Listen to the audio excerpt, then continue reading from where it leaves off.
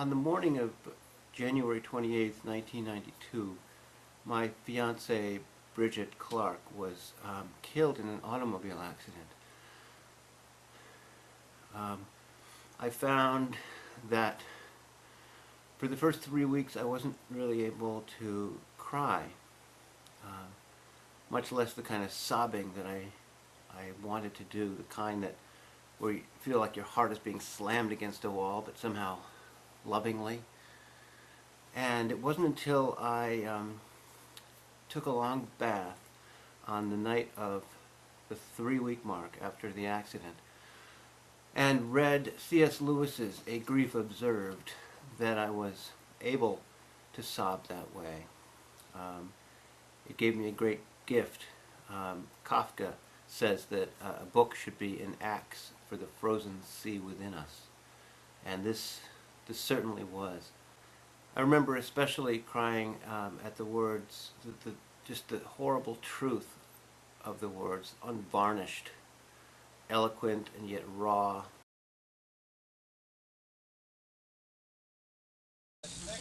Yeah. There you are. Sugar. Already, less than a month after her death, I can feel the slow, insidious beginning of a process that will make the H I think of into a more and more imaginary woman.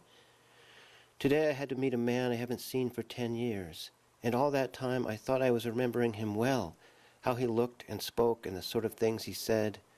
The first 5 minutes of the real man shattered the image completely. Not that he had changed. On the contrary, I kept thinking, yes, of course, I'd forgotten that he thought that, or disliked this, or jerked his head back that way. How can I hope that this will not happen to my memory of H, that it is not happening already, like the small flakes that come when it is going to snow all night? Little flakes of me, my impressions, my selections, are settling down on the image of her. The real shape will be quite hidden in the end. 10 minutes, 10 seconds of the real H would correct all this, and yet, even if those 10 seconds were allowed me, 1 second later the little flakes would begin to fall again. The rough, sharp, cleansing tang of her otherness is gone. Many of you, I'm sure, will have experienced this too, that in the opening days and weeks, there's a certain kind of golden light that slants through your world, and everything anybody says about what has happened sounds like the most eloquent, profound statement, like you're all acting in a beautiful drama together, and in that there's a certain saturation of meaning, and it's very sustaining to you. But then, at a certain point, this rarefied kind of radiance sort of drains away, and you're left with an endless succession of gray, empty days. And I found that to be the case during the rest of the winter and spring and summer and fall and winter. And so, although I would go to video of Bridget and snapshots and pieces of her writing, because she was a really talented fiction writer, I found that I needed to read other accounts of loss and how people were able to formulate this absence into a certain kind of a gorgeous presence of language, to kind of come to terms with it. And I began writing a book of my own, first just in little snippets, and then increasingly it kind of gathered steam, and I found that what really nourished me and allowed me to keep going was to be able to find little phrases, little images that I could hold to. They were like manna from heaven, just being able to, just to correctly say what it was that I was experiencing, the way that C.S. Lewis had done with that snow image. Do you remember that Hans Christian Andersen tale called The Snow Queen, in which a boy has a shard of ice shot into his eye, and ever after that he sees good as evil and evil as good?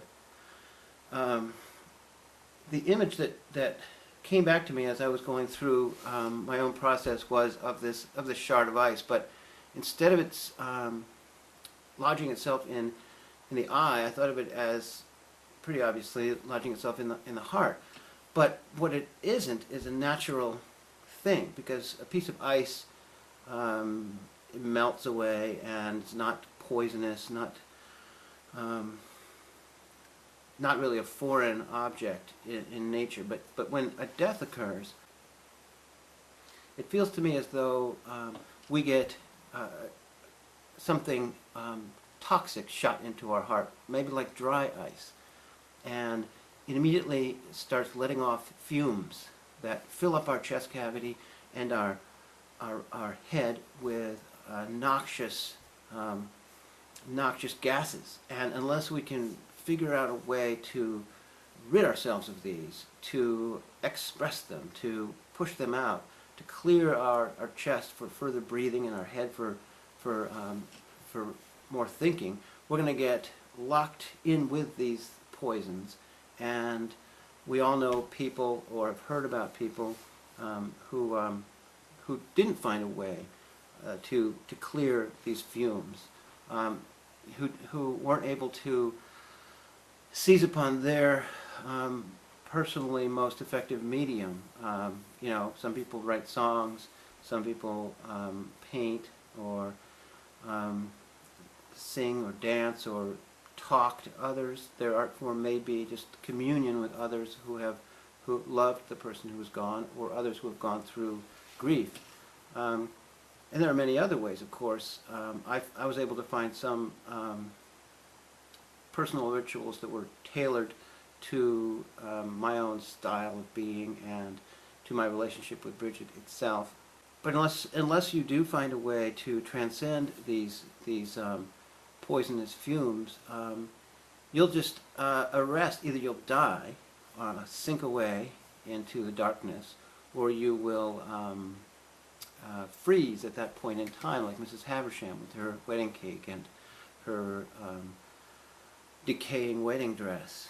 What I found with writing my own memoir was that although this roiling chaos inside your chest and your mind feels as though it cannot ever be bested or put into any sort of sense, I found that a much greater percentage of it can be formulated, can be made over into a less dangerous solid state. In my case, it's language. It's pieces of language, phrases, images that seem to hit the nail on the head.